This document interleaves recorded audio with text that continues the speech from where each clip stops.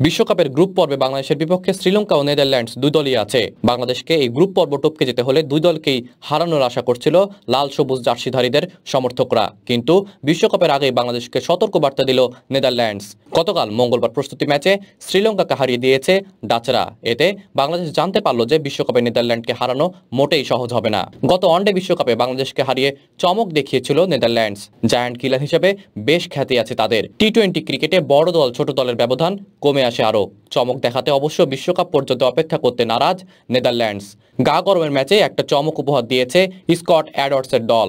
মঙ্গলবার রাতে বিশ্বকাপের অফিসিয়াল প্রস্তুতি ম্যাচে নেদারল্যান্ডসের মুখোমুখি হয়েছিল শ্রীলঙ্কা। সেই ম্যাচে শ্রীলঙ্কাকে হারিয়ে চমক দেখিয়েছে নেদারল্যান্ডস। ফ্লোরিডার সেন্ট্রাল বোর্ড রিজিওনাল পার্ক স্টেডিয়ামে লঙ্কানরা হেরেছে 20 রানে। আগে ব্যাট করে নেদারল্যান্ডস করেছিল 181 রান, জবাবে 18.5 ওভারে 161 রানেই গুটিয়ে গেছে ওয়ানিন্দু হাসারাঙ্গার দল। বিশ্বকাপে একই গ্রুপে আছে শ্রীলঙ্কা ও নেদারল্যান্ডস। ডি গ্রুপে তাদের বাকি সঙ্গীরা হচ্ছে বাংলাদেশ, নেপাল ও দক্ষিণ আফ্রিকা। গত বছর অক্টোবর-নভেম্বরে ওয়ানডে বিশ্বকাপে বাংলাদেশকে হারিয়ে দিয়েছিল নেদারল্যান্ডস। প্রস্তুতি ম্যাচে শ্রীলঙ্কাকে হারিয়ে বিশ্বকাপের মূল ম্যাচের আগেও যেন টাইগারদের হুমকি দিয়ে রাখল ডাচরা।